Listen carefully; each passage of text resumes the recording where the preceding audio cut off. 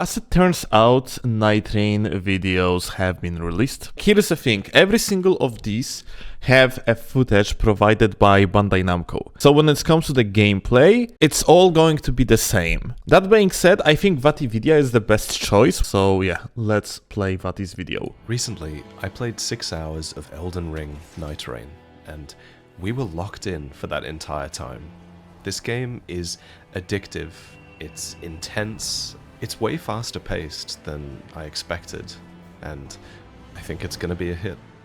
So let's talk about it. Our characters have just left the round table hold, and day 1 is about to begin. This is already gameplay, by the way. Your goal in Nightreign is to survive each day as a ring of rain closes in around you and your team. Then, at the start of day 3, you'll fight one of 8 major bosses using all of the randomized loot and buffs that you've accumulated over the course of your run. Now, every session you play in Nightreign is supposed to be somewhat unpredictable. You won't always explore the same map, or receive the same loot, or face the same enemies. The one thing, though, that I found very predictable in every single one of my Nightreign sessions was this feeling of pressure. The pressure not just to survive, but the pressure to get stronger. Because if you don't get powerful fast, there's no way you'll defeat. Look how fast they are moving. This is like what I was thinking about initially when I have seen the sprint. Imagine how easily it is going to be to strafe bosses. You know, you are sprinting basically twice the amount of speed of your regular sprint in Elden Ring. I can assume that, like, unless bosses are adjusted and they have way better tracking, which honestly probably wouldn't be a good thing, because it would remove like a skill-based aspect of strafing in the game against bosses, yeah? Then this movement speed is literally going to be game-breaking, because you're gonna be able to continuously position yourself in the way so like your opponent won't be able to hit you, but you will be able to counterattack very quickly. It's just that you're gonna have to have some expertise. You can kind of see that pressure in action here. These characters just rested at a grace and leveled up and ran, because the rain is coming, and you don't have much time. Damn Fortnite.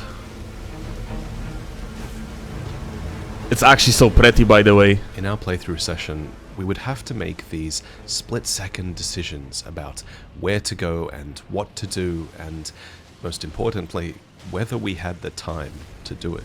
Oh, new animation! So often it was a choice between defeating a boss and claiming its loot, or running away and living to fight another day.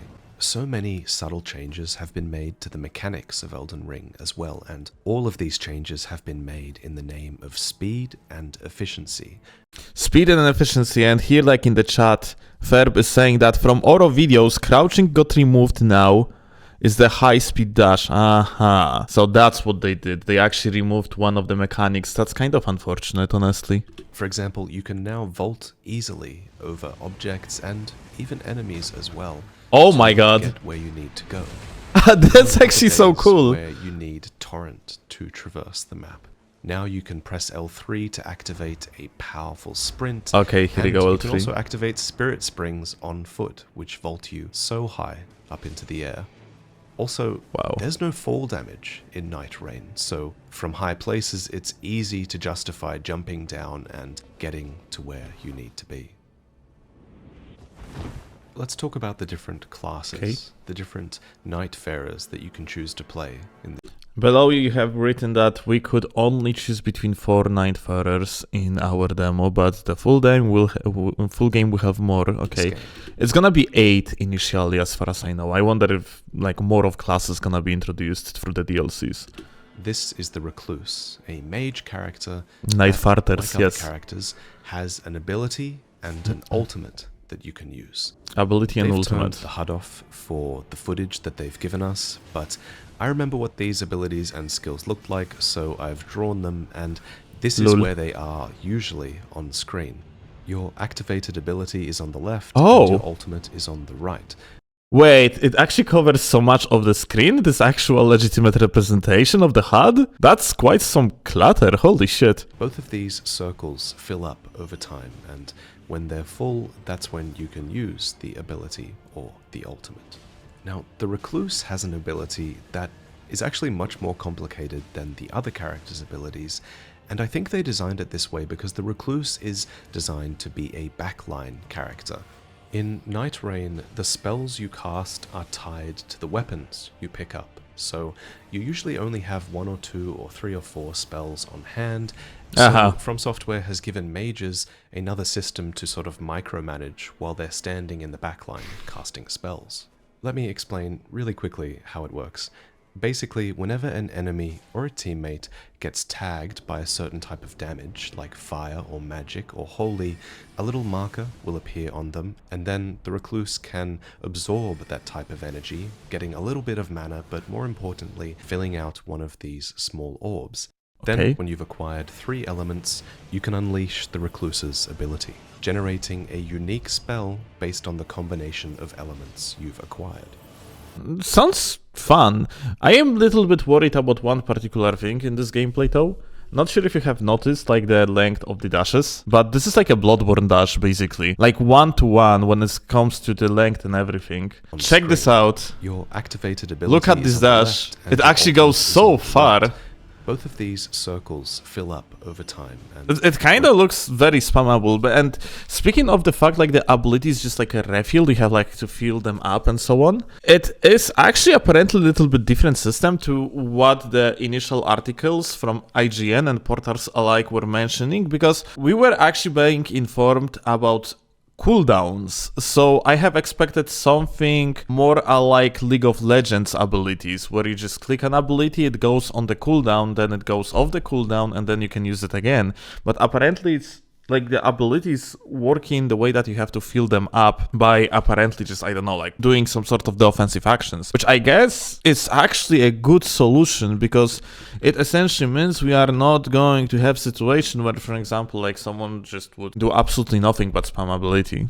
Marker will appear on them, and understanding the combination of elements you've acquired.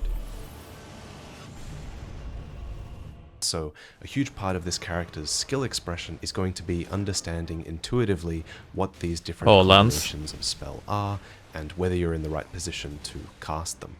And this is just this character's ability. They obviously have an ultimate as well, and this one is more straightforward. Basically, after a short delay, you can mark nearby enemies with this red tag, and you have iframes during the ultimate? If anyone on your team hits them, they will regain health and mana, which is incredible for the sustained health of your party. Kinda don't like it, because it's just brain dead, honestly. Like, you know, when you're casting an ult, on the second side, well, we're gonna see how it's gonna, like, now, when you cast work like an ultimate from any in the character, practice. Your character actually becomes invincible while they're casting it, which in the case of the Recluse is especially handy, as you can see in this footage where they use it to sort of mitigate all of the aggro that they're receiving. Okay, so the Recluse is the most complicated character to explain. They also even have a passive ability, just like the other characters do, but I don't really know what the Recluse's does. I think it regenerates mana somehow. Yeah, okay. Anyway, let's talk about the next character, Wilder, who is very much a jack of all trades. Wilder's hookshot ability is on a very short cooldown, and you'll find yourself using it. Okay, so there are cooldowns actually. Just the previous class didn't have cooldowns, like in the normal way, like working as a timer. One thing worth noting is it's easy to chain the hookshot into different attacks, like you can see here. The hookshot can also be aimed manually, hitting the terrain and launching you forward. Bruh, this is actually so cool. Wilder's ultimate also uses his left arm. The grappling hook opens up for an explosive blast. This blast can be charged, it can be comboed with your running animation and the hookshot animation, and it stuns enemies. In this case, it actually staggered the enemy, allowing for a critical hit, but on every single enemy and boss I used it against, it also stunned them for a short amount of time, which was this unique animation that allowed my teammates to sort of get a moment to breathe or do extra damage. Children catch a While game. this passive ability... Wait, I'm sorry. There was something written down To below. breathe or do Enemies can now be damaged by teammates during repost animations. This is actually something I have already seen.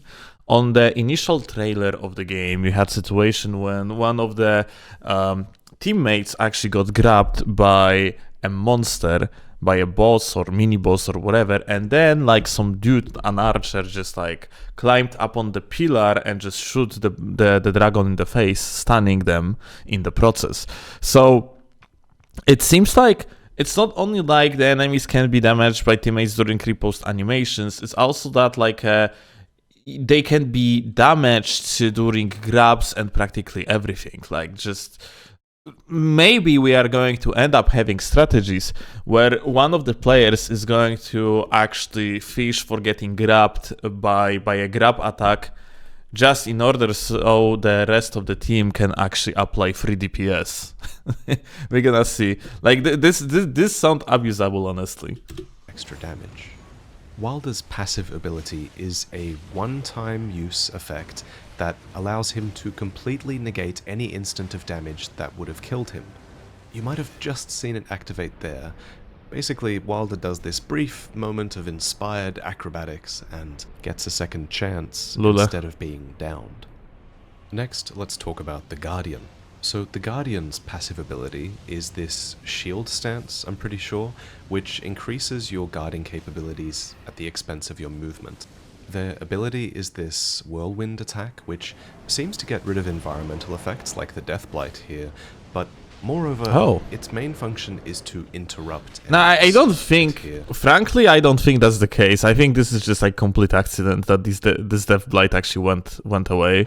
But moreover, its main function is to interrupt enemies, so that your teammates can get some damage in. In this way, the Guardian is a really strong melee support character, acting as a tank, but also as a tank sort of support for other characters around. You see that? Like, the gamer actually got flipped over and another player could just like hit them on the ground. Don't you? Their ultimate too is very team-based, with this aerial dive bomb that is excellent for reviving your teammates, because remember, you have to attack your teammates to revive them. This is a secondary effect, I'm pretty sure, of fortifying the teammates that are near the area of effect, giving them increased poise for a short time. I make it sound like the Guardian is purely a support character, but that dive bomb will be excellent for clearing groups of small enemies as well, and accumulating runes from killing enemies and strengthening all of your characters and leveling up is a huge part of the game, so that kind of group clearing is a really good offensive capability as well. And speaking of offensive capabilities, this is the Duchess, who was the character that I played the most in this demo. Of course you did. Is this I wonder why. dodge that's similar to the Bloodborne dodge, making her very well suited for anyone who prefers a more aggressive playstyle. By aggressive playstyle, Vati means you spam dodge, so you get as much iframes as possible. Giga Chad move, not gonna lie. Her ability recharges extremely fast, like you can use it every 10 seconds or so, and it's a sort of stopwatch themed ability which takes into account the last few seconds of damage that enemy has taken and duplicates it. This effect is shown by a white spirit that appears and sort of shows the damage that is being duplicated. Because what the fuck? The Duchess That's actually pretty cool. gets a lot of aggro, but this is offset by her dodge, but also by her ultimate, which is a cloaking spell that cloaks you and your nearby allies, making you way less likely to get aggro and just enabling a few different things within the context of the game. For example, you can use it before a fight to get the jump on enemies, you can use it in the middle of the fight to disengage from enemies. It actually works against bosses. Or something that's especially good is using it to safely resurrect your teammates once they get downed. So, I'm sorry, this is so fucking ridiculous. You shoot your teammates that are downed in order to revive them. Can we have like a lore explanation for that reason, Vati? Why the fuck is stomping down on your teammate that is already almost dead? When you die in this game, you fall to the ground, you crawl extremely slowly, You're and a little fucking circle beating the appears shit above out your of head. teammate. This little circle is basically like a health bar that your teammates have to attack and deplete in order to resurrect you. From sleep stat, hey, maybe that's actually a good point. You're just waking them up. The first time you're downed, you only have one of these purple bars, the second time you have two, and the third time you have three, meaning that every subsequent time you die, it's more risky for your teammates to try and resurrect you because they have to stand there hitting you while avoiding aggro for quite a long time. And with some of these bosses, avoiding aggro is not easy. These bosses will often be a 3-part fight where you just have them on you the entire time. So resurrecting your teammates is definitely a tricky thing to pull off sometimes. It's also something that takes the damage you deal into account. So the more damage you do, the faster you'll resurrect your teammates. And so now I think we should talk about how to make your character stronger, how to make you do more damage and take more damage and survive.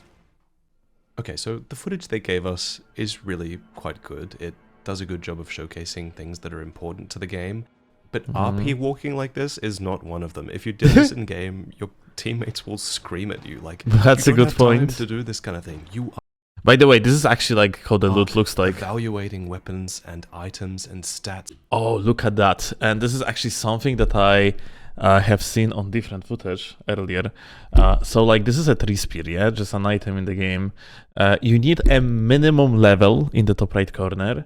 And that's okay, yeah? But like besides your abilities, you have all the ashes from the Elden Ring. Like that one, for example, has RKR on fucking 3-spear.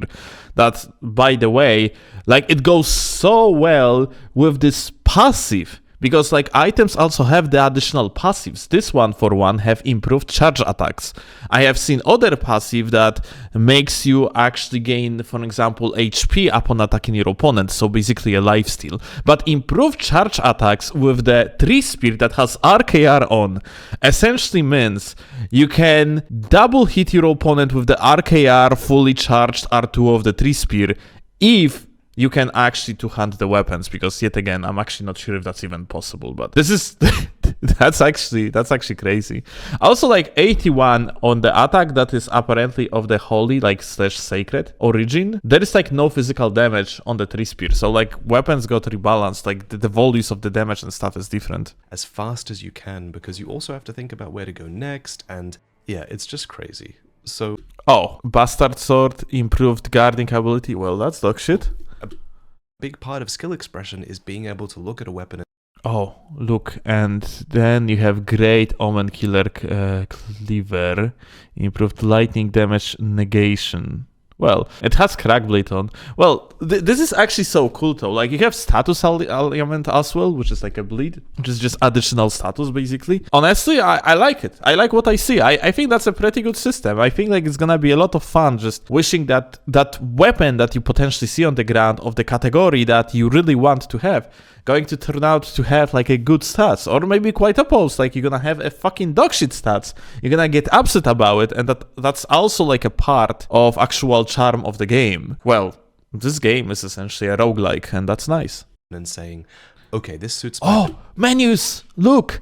Okay, so you have like these 6 slots on the top. It's like a one for the main hand, the upper one, lower one for the offhand. What is the other two though? Well, I guess we're gonna find out soon. build. Okay, I'm going to work towards this, or I'm going to leave this one behind, or I'm going to give this one to a teammate. Oh, you That have to sort of swap these. And a part of what makes this so much simpler than Elden Ring, but also so much more complex, is that, yes, weapons have been simplified in the sense that they have one number associated with the damage they do, and it's quite clear if they inflict a status effect like Scarlet Rot.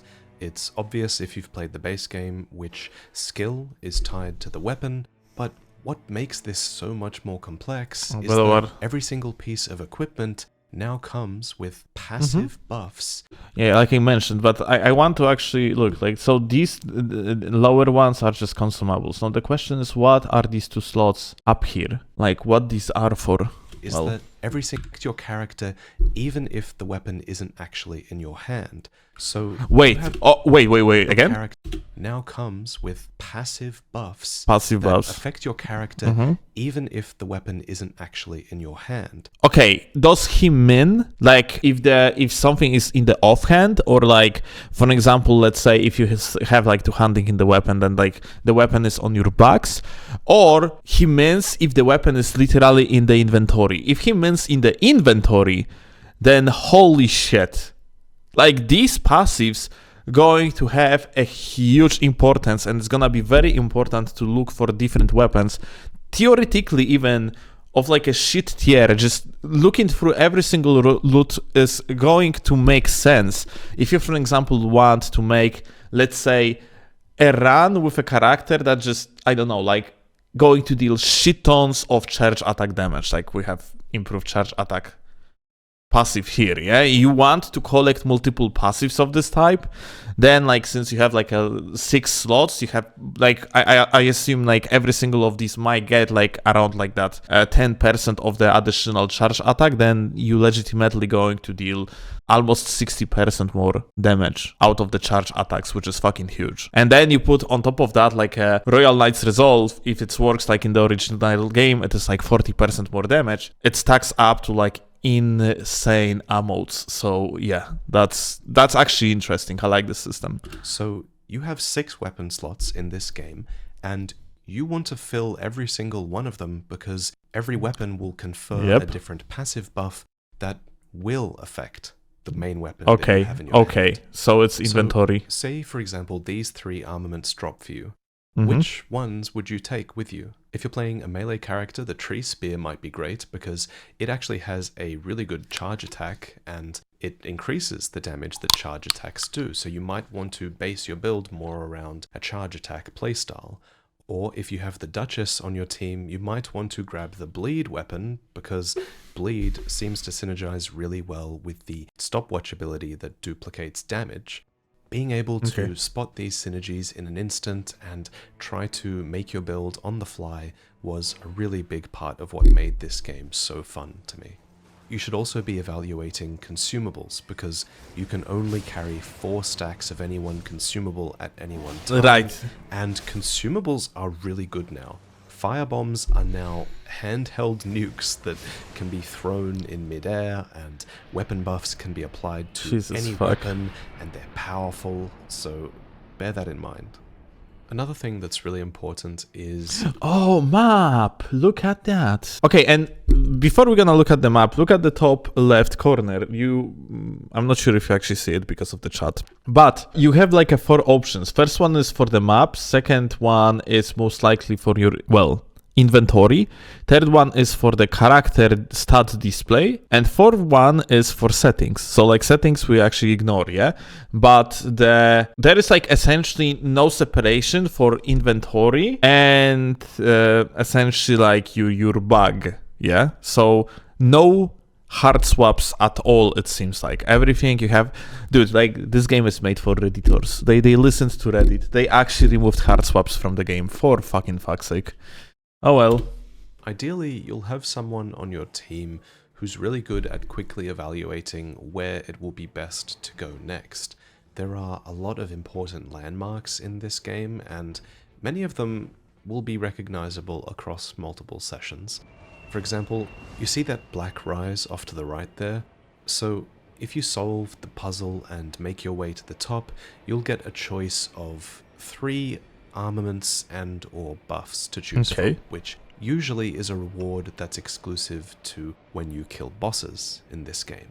So basically every landmark has a boss within it, but some have interesting things as well, like we're currently diving down to Kenneth Heights Castle, which showed up a few times for us in our run, and inside this room there was a map on the table, and when you interact with the map, it actually reveals points of interest that usually wouldn't be marked on the map. For example, the locations of these silver scarab beetles would show up, and whenever we defeated one of these, a talisman would drop.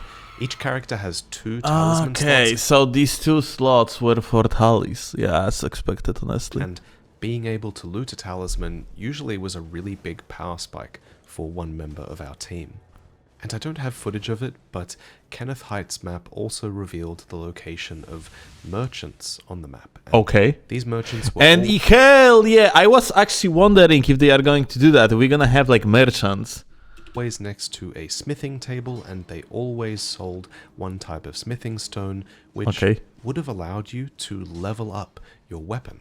This is probably a really important mechanic to interact with if you find a merchant, because weapons have different rarities as well, which is something I should have mentioned. There's a common level 1 rarity, there's a rare blue level 3 rarity, there's an epic purple level 9 rarity, and we only found 2 of these, but there is a legendary rarity as well that requires you to be level 12 to equip it. I'll admit there were runs where I was like, man, we didn't get any good loot that run, like we didn't find that many epics or legendaries, and that could be a bit frustrating. However, I suspect that the merchants and their smithing tables will be a way to consistently upgrade a weapon that might be common, but it might have a really good buff that you want, and so I think upgrading weapons could be a way to sort of smooth out the randomness. Yeah, I wanted to actually just assure myself like this is what it is. So like the upgrading materials are just improving the rarity of the weapon. Okay, got it. So 4 or 5 upgrades at best. At the end of every day, you face a major boss. So there were 4 different types we could face in this demo, and they were all very difficult, especially the ones that split into multiple versions of themselves or had multiple ads that you had to deal with, because that required everyone in your team to fulfill a role, and the strategy you use against these bosses will play a huge part in your success. For example, we had someone on our team who was not as familiar with Elden Ring, so they ended up taking on a tanking role where they kind of held up their shield and tried their best to keep aggro rather than dealing damage, and they did a great job of that. That worked really well because they could do something like distract the demi-human queen all by themselves, while me and a more competent player were able to DPS this demi-human swordsman down and then go back and help the tank with the one they were aggroing. There were strategies for every boss like this, and I really enjoyed coming up with ways to defeat these bosses on the Power fly sensing. and accounting for things that went wrong within the fight. So what you're seeing here is the end of day 1, where they've defeated the major boss, and now they get to claim a reward. Like many rewards in this game, it's a choice between 3 different options. So I don't understand why they are not commercializing it as a roguelike. It is quite interesting approach, like a roguelike formula. Like it takes from different genres, but at the end of the day, this is clearly a roguelike. Why this game? Like it's not like you do not have it mentioned anywhere that it is this is actually a roguelike. Like Jesus, that it is a roguelike game when clearly it absolutely is one. Sometimes it was a choice between permanent effects and buffs for your character, sometimes weapons, sometimes both, and again you have to make a really split-second decision on what is best for you and your team. And then at the end of the day, the Nightreign recedes, and you can go out and explore again. But bear in mind, I'm pretty sure everything you killed on day 1 stays dead on day 2, so it was important to keep progressing around the map and finding new places to explore. Eventually, everything culminates in this, your final fight against the chosen Night Lord The background that is so you set pretty. out to face when you left the Round Table Hold. In this case, our final boss was called Tricephalus, a 3-headed hound that periodically would split into 3 parts, 1 for each member of your group. It's in this boss fight and boss fights like this that you realize Nightreign really was designed for 3 people. Yes, they probably could have designed enemies so that they scaled with... Okay, wait. I'm sorry, I'm gonna have to stop you here. Fight and so we have like this is normal sprint. So yeah, like you can activate that super sprint that is super fast. Makes me wonder if there is any downside to it though. Like, legitimately, is there a reason to sprint like this Duchess does? Like, because this regular sprint, is there even a reason? Like, she would actually get to the guy way faster with the double sprint. You realize Nightreign really But maybe was just stamina designed consumption. for 3 people. Yes, they probably could have designed enemies so that they scaled with the amount of people in your party, but there's something to be said for not compromising on your boss design around that fact. You know, these bosses feel like they were designed to be taken on with 3 people, and everyone in your party is supposed to have a different role in these fights as a result. So, that's Nightreign. I mean, I could go on about all the different little things I've discovered, but I don't have footage for it right now, so I think I'll just give you my thoughts on the game. Obviously, somewhat biased. I run a From Software YouTube channel. You have to take what I say with a grain of salt, but I really did have so much fun playing this. Frankly, it's looking like insane amount of fun. I actually really like what I see. In retrospect, I was a bit wrong about my analysis of the game previously, because previously a big point I mentioned was that, you know, Nightreign will allow you to get immersed in this ever-changing world and take in the scenery and just enjoy like a first playthrough of Elden Ring again. This isn't that. Like, you don't have time to appreciate this world sometimes. Instead, that feeling is replaced with this rush to explore and get stronger and overcome difficulty, and when your build comes together just right and that allows you to kill even more bosses even faster and get even stronger, it's a great feeling. And over the course of our play session, you know, we finally had one run where everything came together perfectly. We got the items we wanted, we managed to execute our strategies perfectly, and we finally faced off against the final boss and managed to take it down. If you have a friend or two who are into Elden Ring as well, and you think you can all... What do you mean friend of 2? Only 2 friends, because there is no duos! Take on this game together. I think it's going to be like one of the best co-op experiences you've ever had. My main concerns with this game come from the fact that, you know, if you don't have someone else to play this with, will this game still be great played with randoms or played by yourself? I'm not as sure of that, and I think come the network test in a couple of days, people aren't going to have that many friends to play with who also got into the network test, and so I think some of the feedback might be more negative because of that, but as it stands, everyone I know had a blast playing this together, especially side by side in the same room with other people. It was just an unforgettable experience. The other thing I'm curious about is, when the full game releases, how random will the maps be? In this demo build of the game, again, we could only play one of 2 maps, but we've kind of been led to believe that maps will be somewhat procedurally generated. Wait, 1 of 2 maps? What does he mean by that? Wasn't that initially like supposed to be like a 1 map that is getting procedurally generated, or like he means like 2 alternated versions of like the same map? That they'll stitch together different zones, and yeah, the demo had 2 maps seemingly that you could explore, and over the course of our session and over the course of the network test, when people play this, they're going to start figuring out these maps and understanding the best route through, and it will become familiar to them, which I don't think is the intended experience for Nightreign. I suspect in the full game, and I hope in the full game, maps are really, really randomized, and no 2 playthroughs are the same, so that's definitely something I'm going to be looking for in the full release. Anyway, I hope this video helped you understand more about the game. I'll be playing the network test and recording our experiences, and I might make a video on that as well, so subscribe, stay tuned. Thank you to Bandai for flying me out and giving me this experience, and thank you for watching. Such a good video though, like very nice narration by Vati. Well, we actually got some information, dude. Honestly, it's looking very good so far. Cannot wait for the network test within the next literally 2 days.